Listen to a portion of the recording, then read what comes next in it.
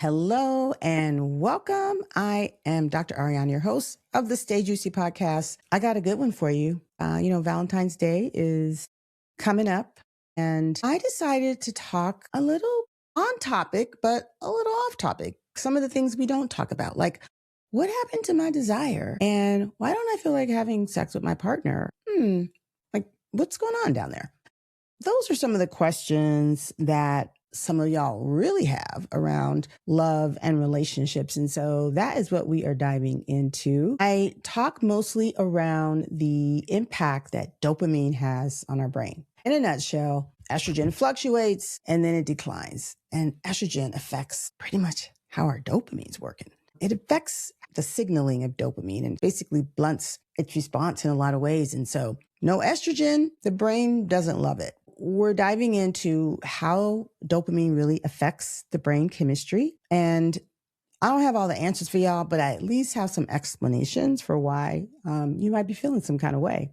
And also just to give you permission, as I talk about in this episode, around being honest about where you really are and where you really want to be on your journey, because this midlife transition and beyond is all a journey. Like, it's not like you just transitioned and then you stop transitioning. Let me tell y'all, we really need a different whole name for the other side of this. Post-menopause just don't wrap it all up. They make it seem like that's just the end of the thing and now it's all good. No, it keeps going. I think we really need to think about redefining what this era is for us. And maybe we get to define that for ourselves. But for so many of us, we're stepping into a different person. And that feels funny. That feels weird. That is like, what's going on? And sometimes, we're dealing with all the changes that are happening externally, but you got all this neuroendocrinology biology going on in your brain. And you just out here trying to live. And let me tell you, it could be a hot ass mess. And y'all know it's true. So I'm here to help you understand how your brain is, I'm going to say, trying to defy you, but your brain is doing some things neurochemically. And estrogen, she's a culprit. And estrogen impacts so many parts of our lives that we don't even really understand the huge impact, from our eyesight to our bones to just our heart health and inflammation in our body. Like,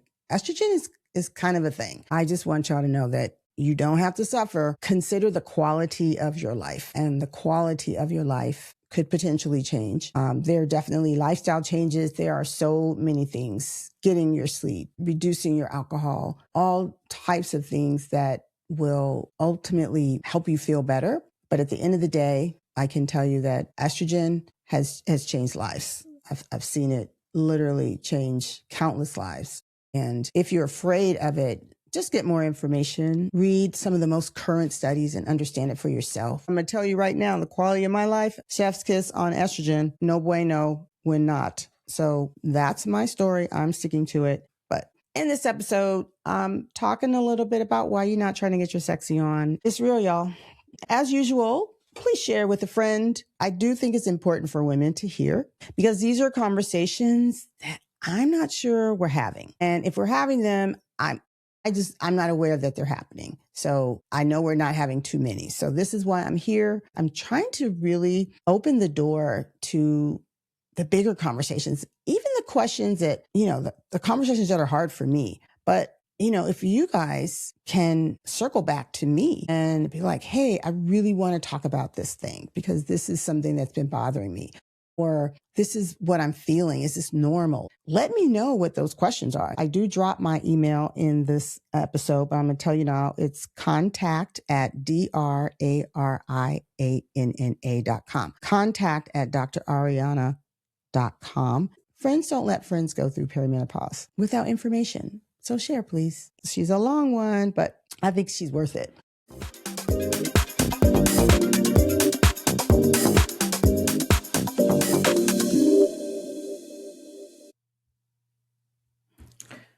Hello, and welcome back to another episode of the Stay Juicy podcast. I am your host, Dr. Ariana, and I'm so glad you're here. I'm going to go on a love ride. We are a few days from Valentine's Day, and I've been giving some thought to love and desire and intimacy and pleasure and I did a little research because I was like, what's going on here?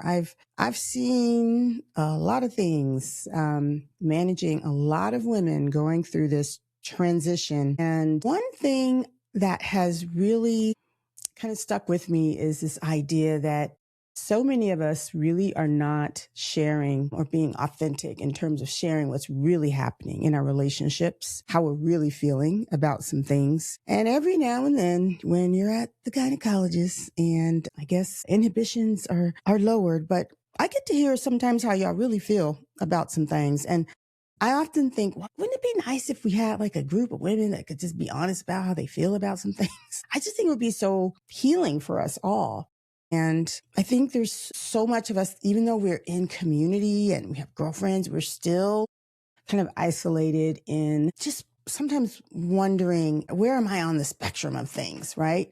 So it's kind of like, of course, an example I would come up with, but it's my example about the vagina. And, one of the lectures that I do, I start out with the slide. It has about 30 vaginas on it, maybe more. And, everyone in the audience is like, oh, clutching their pearls and like, what's happening here? And I just, I'd say, look at all these vaginas. They're all normal. And that's kind of the same sentiment in the sense that women, we don't go around looking at each other's vaginas as much as we even go around and really have those deep conversations about how we're feeling, especially if it's not great, right? Like if it's good, of course, we can be like, girl, it was happening. He was putting it down. Everything is good. You would be bragging. But at the end of the day, there's a lot going on behind the sheets. And so Valentine's Day is obviously a day with love and all the things. But today I'm keeping it real.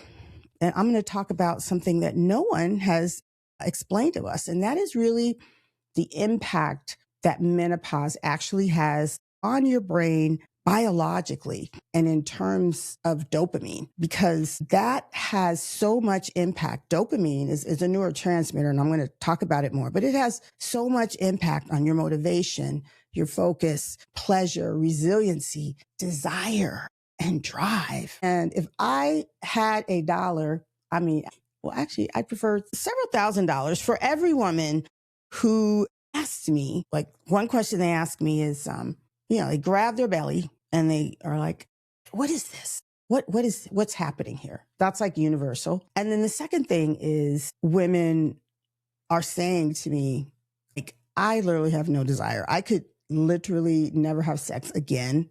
And I'd be so okay with that. And I think there's a lot of, I don't want to say if it's shame or just maybe discomfort. I'm not sure what it is, but it's not a conversation I think that we have a lot. And so what I love about my ability in terms of seeing all of you, I get to kind of bring all that data here and then share it back with you because y'all not talking to each other and we're not having some of these conversations. And that's what the whole point of the podcast is also about, is to have those juicy conversations, juicy, not necessarily juicy, sexy, but sometimes just juicy, like we might be crying when we're done, if we're honest. But this is what I'm here to do. And I want to talk to you about, again, how menopause affects our brain, especially in terms of dopamine and the things that I described that dopamine is related to. So it's not that we're having some type of psychological weakness. It's actually the neuroendocrinology of our brains is changing.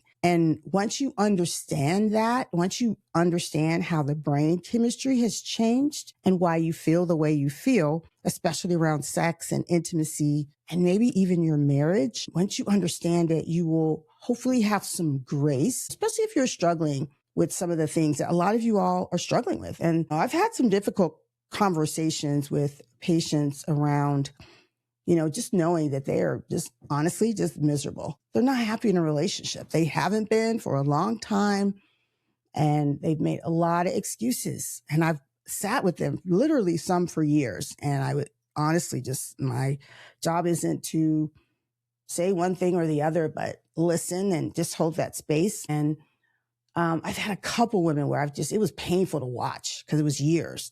But when I tell you those women finally stepped into their own and finally made the decision with, the timing that was right for them, not the timing that seemed obvious to me, but when they were ready, they made a move and they left, and they had already processed whatever shame of the sense of failure of not being able to, stay married, whatever fear they had about their ability to be able to support themselves, just the result of the decisions, like how it may even affect their children and their children's relationships with them, the impact that it has on their financial status. Like, these are all real things that people have to think about. But let me tell you, it's hard to watch a miserable person continue to be miserable. And when I do finally see them break loose, it's beautiful, because they come back. And I've told this to several people.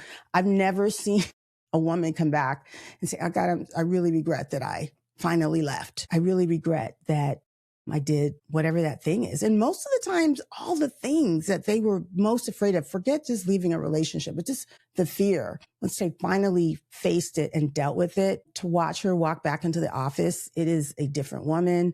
There's a different confidence. There's a different energy. And I'm just really happy. I'm just always so thrilled, honored, blessed to just witness it, because it's just like watching somebody's spirit elevate. So I say all that to say that sometimes we're going to have those difficult conversations, and the real conversation of, hey, is this, whether it's your job, whether it's your relationship, like, is this really where I'm supposed to be? And sometimes I really do believe the tension, the anxiety that some of us feel is really around our reluctance to make a decision that we know we need to make. Like, what you need to do, but you're just not doing it. And it's eating at you. And for whatever reason, your fear around the outcome is greater than the obvious need of whatever needed to be done. So again, I am focusing on relationships because it is Valentine's Day. And no, I'm not here to sugarcoat it, because at the end of the day, yes, Valentine's Day is beautiful. We celebrate love, but we also need to be realistic about what love looks like and how love changes through our lives, because we have been fed a narrative that it's love, and you're just going to always want to be with your partner, and he's always going to turn you on, or she's always going to turn you on, or whatever. What you see in the movies is just not real in so many ways. And so it's not to say that there are not a lot of wonderful relationships out there, marriages, but 50% do result in divorce. So, it is a coin toss technically out here. So I know I'm talking to somebody that is not always thrilled about what's happening in their relationship and trying to navigate what that looks like, especially in the second half. But let's talk about the estrogen dopamine connection and what's really going on. And here's the part that you've just not been taught. Estrogen is not just about your reproductive organs. Estrogen has an impact on every cell in your body. And we are literally just starting to begin to understand the ovary as an organ, because we've always thought of it as just like this reproductive thing that's a part of that. But it's actually its own thing. Like, she's got all kinds of things going on there. And at the last Menopause Society meeting, I mentioned it in a previous podcast, I was really excited to hear that this research is just booming in this area, and they're just literally discovering things every week. So more to come on that. But estrogen is important. It is actually a neuromodulator. And what that means is it affects how the neuroendocrine system works. And so estrogen, especially for dopamine, is a neuromodulator. And what does that affect? It affects your motivation. It affects the sense of reward, your ability even to focus, the effort that you feel like putting into something, your curiosity about things, and your desire. And so one of the things that actually kind of motivated me around talking about this as well is just this kind of sense that the words that came to me was like, I need some dopamine. Like, I need dopamine. Like, I need something to light me up. And, there's a lot of things that can light us up. And I miss, like, if I'm so honest, like, I miss that feeling of like being pursued, or just all the things that come with the beginning of a relationship. You know why? Because it's dopamine. And, dopamine gonna come, but then, dopamine gonna go. And what happens after the dopamine has gone? Because sometimes it's like, but wait a minute, what happened to the dopamine? I need some dopamine. So this is as much about me and kind of where I am and trying to navigate like, well, what kind of dopamine exactly is acceptable? And how does that actually work? And this is why I've been kind of exploring all types of different things. And I invite you to do the same because we have been given a script and we've been told this is kind of how it all works out. But I'm kind of like, does it though? Is that exactly what we're doing? So I'm a little bit of a rebel raiser, I'm going to admit, but also because I'm approaching this next decade. I'm turning 60. And when I tell you, I'm just doing all kind of evolution over here. I feel like my head should just be turning around my head at this point because around my shoulders, because it's a lot. It's a lot that I'm processing, but desire is one of those things. And dopamine is like all about desire. And so during perimenopause and menopause, our estrogen levels are going to fluctuate and then they're going to drop. And guess what? That drop in estrogen influences how dopamine signals everything and how it works. So in plain English, what we call the dopaminergic tone is reduced. Dopaminergic signaling becomes less efficient. And basically the reward and motivation circuits, they don't fire as robustly, right? They're not broken. They're just different. And so we're used to dopamine, but really, dopamine feels like, again, it feels like desire. It feels like wanting. And at this point, the things that I hear from women fairly routinely are, I don't feel driven the way I used to be. I just don't have that drive. I want to care, but the spark just isn't there. This came about again for me because I was talking to actually my Kathy, the producer, the editor, my virtual assistant extraordinaire, marketer, all the things.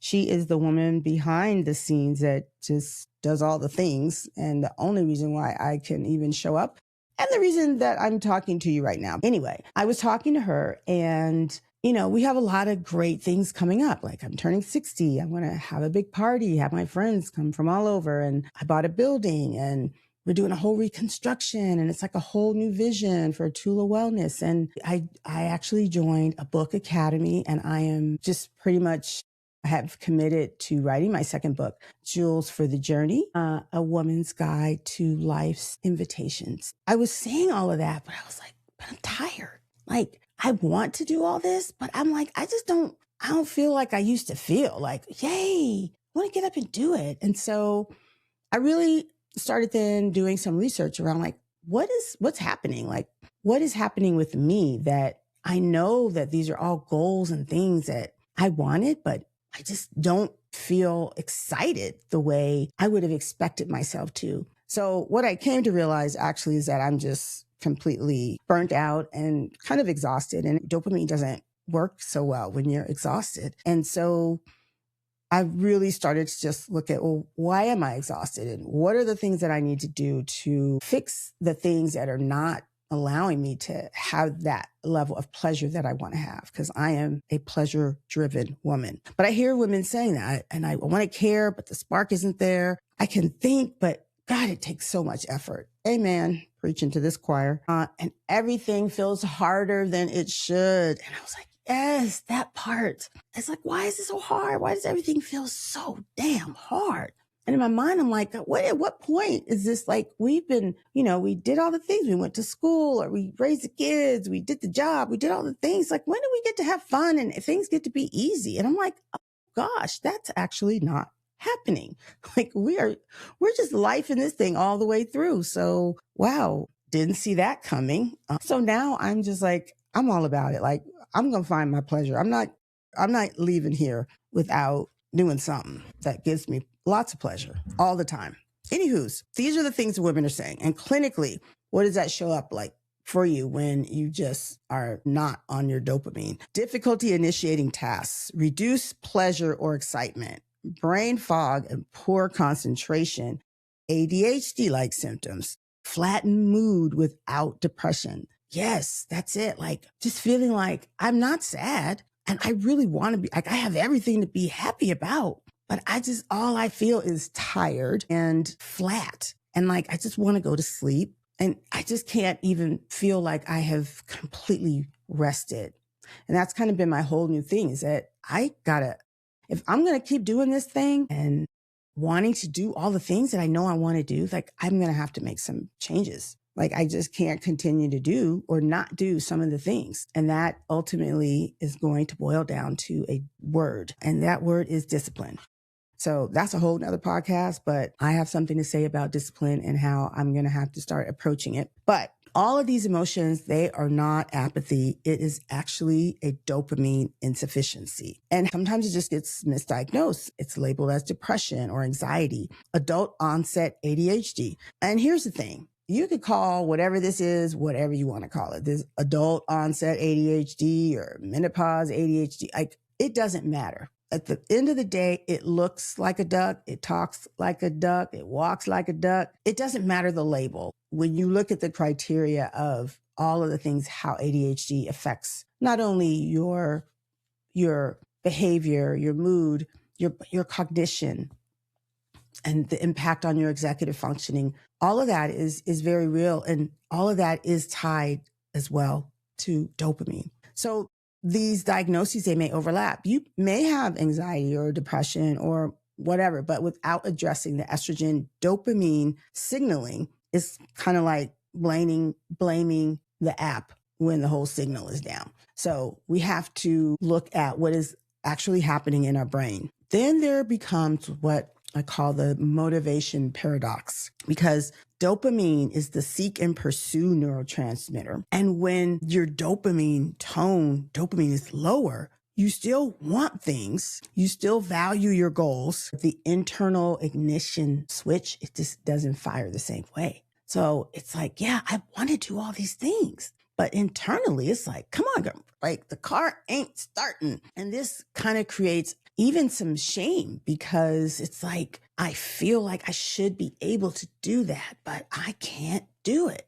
So if you're feeling that way, give me an amen in the comments. Chime in. And actually, I'm going to say this. We are looking at processes of how we can get more comments and engagement. But if you are inclined to ask any questions, if there's something you want me to talk about, or you just want to say hi and say how much you love the show, that's great too. But contact at drariana.com is my email. Contact at drariana.com. So it's drariana.com. Please slip me a note, ask me a question, and tell me if there's something you want us to talk about specifically. And I hope for the rest of you who are listening that you're following along with me, because I know I'm bouncing in and out of a lot of things. So I hope you're with my flow, but I know where I'm going. So stick with me here. So getting back to the dopamine and why you are not able to get that switch turned on when you add stress on top of all of what's already going on. Yeah, it's like no bueno. So that stress increases cortisol. And what does cortisol do? It inhibits dopamine signaling. So it just adding fuel to the fire. Stress and perimenopause and all of this, let me tell you, girl, it's not a good combination. And I see you. I see all y'all out there. It's not a good combination. I see it every single day. And again, it is an honor and a pleasure to be able to hear the stories. And if not only just for my own life, so I know, okay, I am not alone here. Like, okay, you feel that? Okay, good. It's not just me. But cortisol and menopause just compounds it. So burnout, you're going to feel burnt out. Recovery is going to take longer. And joy is just like, joy is less, it's elusive, right? And rest, like just resting alone doesn't just fix it, because you can like rest a lot. And where am I going with this? We're talking about Valentine's Day. I'm actually talking about love, but I'm talking about the other aspects of love, which are the sex and the intimacy part. And guess what? Guess what dopamine does? Dopamine and desire, and that's where sex really enters the conversation. So let's talk about what women feel most personally as this is impacted. It affects their sex, it affects their libido, and it affects your desire, because dopamine drives sexual wanting. So I feel like I wish I had kind of understood this better years ago so I could have explained it to the women, the countless women who have told me, like, literally could never have sex again. And part of me is like, oh my goodness, like we need to fix that for you, but we don't have to fix anything. I ask people like, if you're good with it, he's good with it, she's good with whatever, whoever's good with it. If y'all good with it, then it's good. But when there's that mix match and one person's good with it and the other person not good with it, then that's where problems come in. And this is where the intimacy gets impacted. And what's happening at the same time is that you're evolving maybe, and maybe you're being more in touch with your body, and maybe you want a different type of stimulation. And so you first and foremost have to come to terms with how you're evolving and honoring that. But you also, are bringing a partner along on a ride. And sometimes bringing partners along isn't always as easy as we would like. And so therein lies the problem sometimes, is that we are changing, evolving, learning, growing. And sometimes our partners may not be doing that in the way that we might think might be more important. There were definitely some years that I was that person. Like I could have cared less to have sex. I think I was just too stressed. Like it was just like another thing. I was tired. And it's interesting. I would talk sometimes to women's husbands, and the husbands themselves felt like, gosh, they don't understand why they're not desired any longer. But a couple things happen, because as all of this is happening hormonally and endocrinologically, you're also evolving. Like you're not even the same person. And so now this other person who you've kind of evolved into is managing things. And remember, we talked about what estrogen also does. It affects our brain chemistry.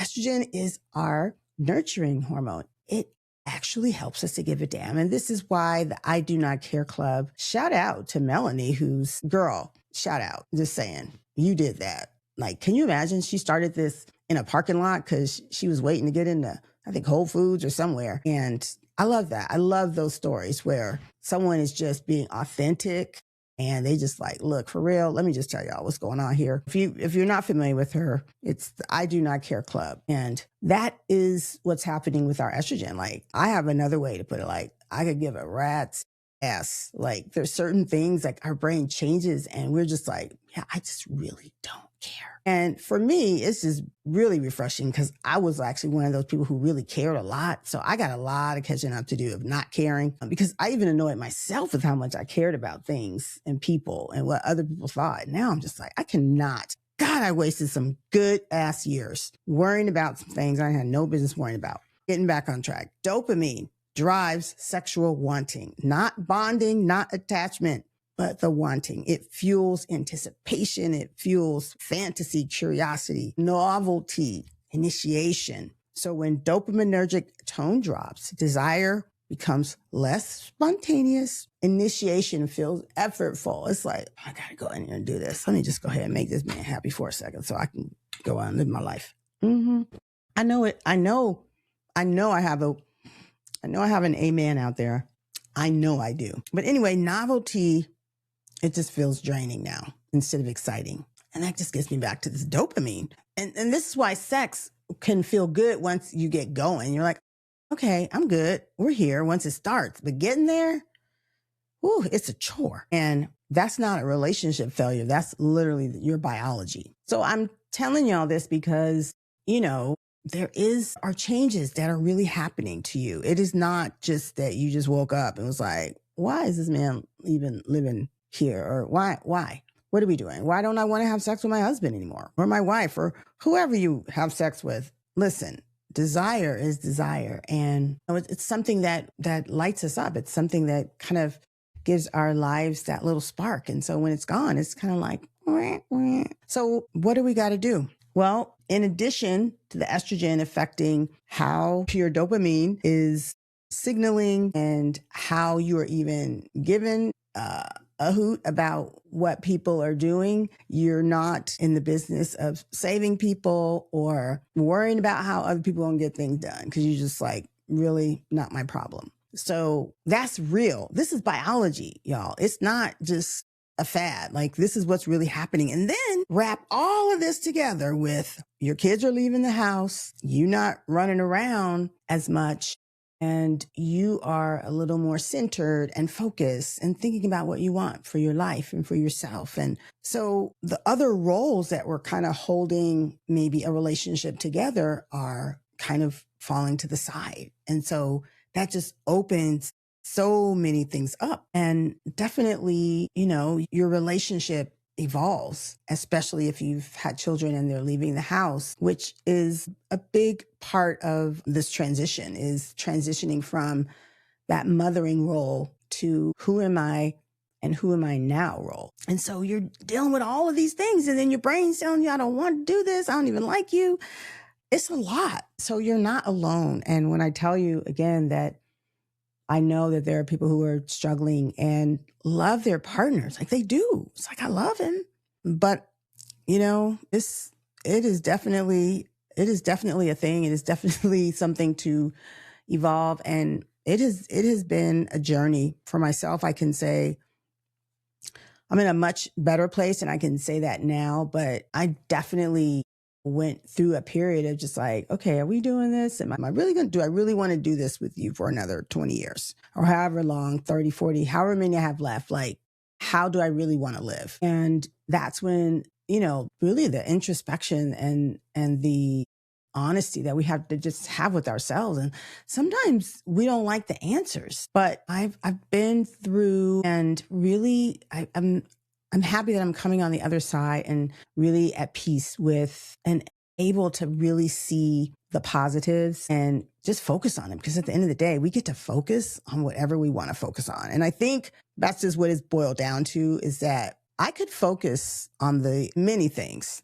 that irritate the hell out of me that this man does. I could, but I can also focus on the wonderful things that he does. And there's always gonna seem like that grass is greener or this is happening differently. But at the end of the day, we get to decide really the relationship we have with ourselves and with other people. And it's just been a conscious decision that I want to be in a certain headspace. This is what I want for that relationship. I think that it is worth the effort of me adjusting my perspective and doing the work. And I think it's worth it. And it has been worth it. But it's work. And marriage, when they tell you marriage is work, they don't really explain, like, no, marriage is work. Like, I don't want to do the work. Marriage is, I don't even think work, that's not even work. Like, I go to work and then I get to come home and I can do that. But marriage, that's not, no. We need to come up with a different way to describe how do you spend the rest of your life with another individual as you are evolving and they are evolving and you all are evolving in like different universes. Like, how do you do that? It's not easy. And there's a lot to learn and unlearn. But at the end of the day, I think the best work has been that the work that I've done for myself, because as I've just done work on myself, my whole perspective about things has changed. And so much of my perspective were just, repetitive thoughts that I just decided I was going to think. And sometimes it's just challenging, our thoughts. Like, well, is that really true? And like, where did you get that from? And why do you, why is that a thing? And so coming to peace with another individual and what they're going to do. It's basically like, you know what? This is what you do. But if you at the end of the day can accept it, yes. Does it just drive you nuts and you hate it? Yes. But you accept that, you know what, this is what they do. So there's that line between I don't want to, but then I can't. And I think when you're in that space of knowing that you have to make a decision you don't want to make, that also creates another level of stress. And I know that some of you all are dealing with that. So again, I hear you, I see you. And marriages, before were, again, they're supported by just the logistics of taking care of things, shared responsibility, and that we get the dopamine just from the urgency and the stress and all the things. But when all of they call the dopamine scaffolding kind of drops away, then you two are looking at each other like, is there something wrong with us? Is what's going on? Neurochemically, the structure of the relationship has changed. It has gone from a dopamine rich to more of an oxytocin shift. So, the early part of our relationship, that's dopamine. That's novelty. That's chase. That's, oh, is he going to call me? yes, oh yeah, it's all that. It's the excitement. It's just the adrenaline, right? But long-term intimacy don't work. It just don't stay like that. Like we hit it. If you in it, you in it for the long game. You got to play the long game. And the long game centers more around safety and trust and emotional attunement, touch and presence. The very thing that we need to be practicing just with ourselves. It is really an exercise to begin to be present. And so that's what relationships begin to evolve, how they evolve. But we weren't taught how to go from a dopamine to an oxytocin-based intimacy. We're used to the dopamine. We're used to the yes. It's not that your desire died. It just changed, right? We need different things. We do need the oxytocin, but we need some dopamine. Don't get it twisted. But anyway, I could live without sex now. This is what women say, basically. And they will be like, I love my partner, but sex feels optional. I don't miss it the way I used to. And I feel broken for not wanting it. But what's actually happening is less dopamine, less urgency, less estrogen, just changes everything in terms of your arousal and sensation. And then you kind of feed that. If you're stressful or resentful about it and all of that, then that stops the oxytocin.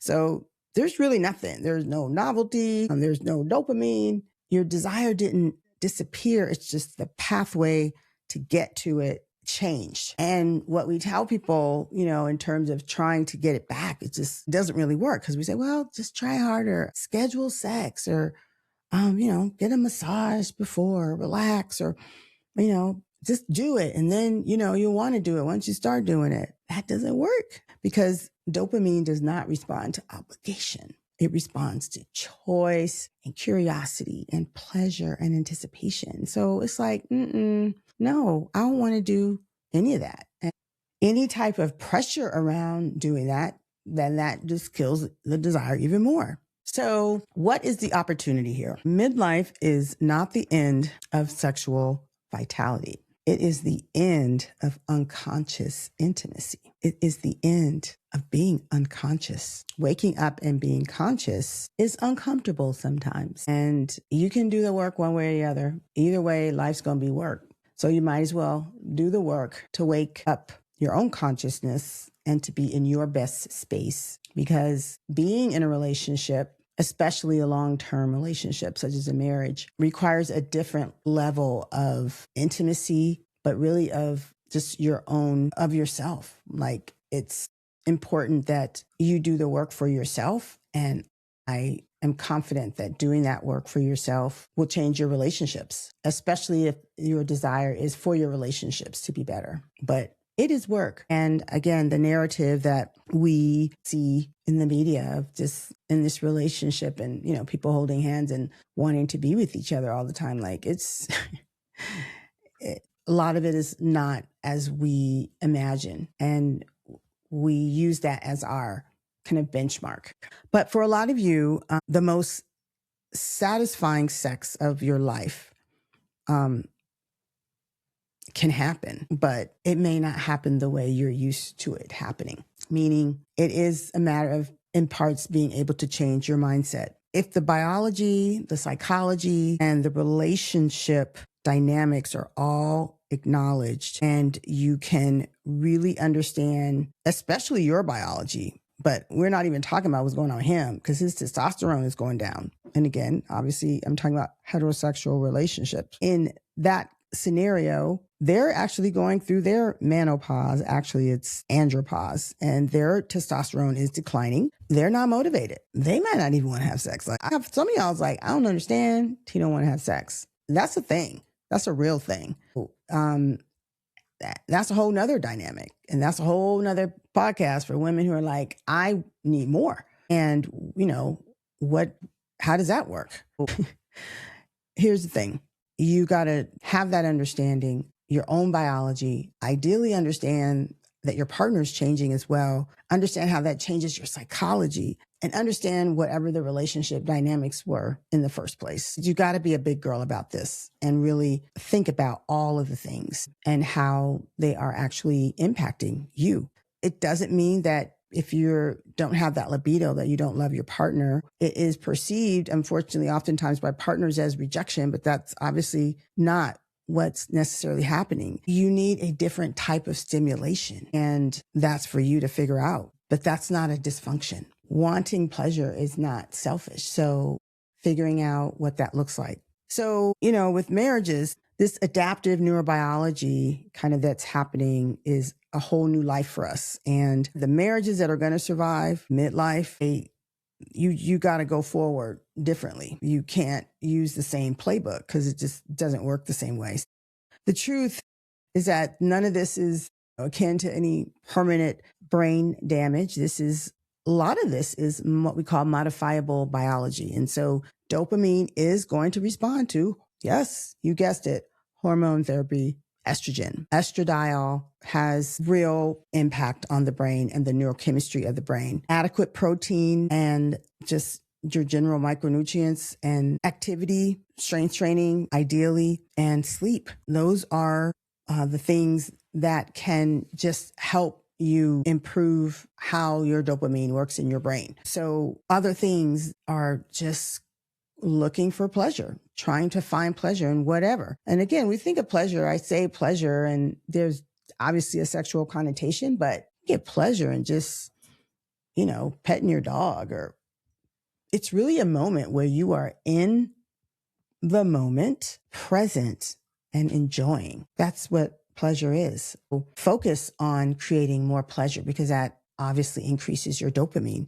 and just purpose-driven engagement. Not living life just to be living, but really being thoughtful about where you want to be and what you want to be doing. Because there's something to be said about not doing the things you are called to do and know in your heart you either should be doing or want to be doing strongly. So all of these things are going to help increase your dopamine. And guess what all that is? That's just the work of living.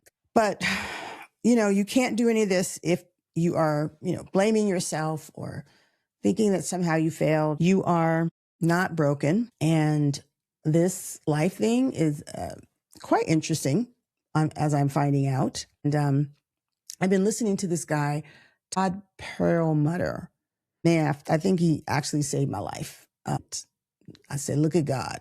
I've gone down his whole rabbit hole. I've listened to him for at least 3 hours now. And I just found out about him last night, less than 24 hours ago. So yeah, I'm a fan. I don't even know how to describe him. I think it's a lot of really some Buddhist philosophy, but it's just how to live life, like how to stay sane, like how not to just lose your shit. That's basically what he talks about.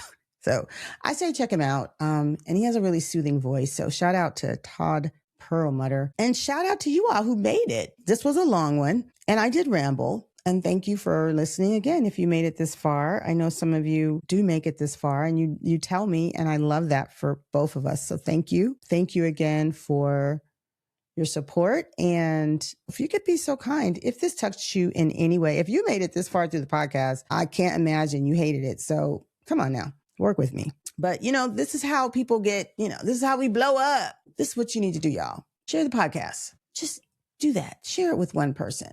Let's just see how women might respond to feeling like it's okay that you don't want to just go home and have intimate relations. You're just not in the mood. Guess what? That's a conversation we need to be having. And I think it's worth sharing. Thank you again, y'all. I am really happy and excited for 2026 and all the things that it has for all of us. The goal is that for us to have these conversations and to share and to just be in more community as women to ourselves so that we can help ourselves just that much more. So as usual, stay brilliant, stay beautiful, but always, always stay juicy. I'll see you next time.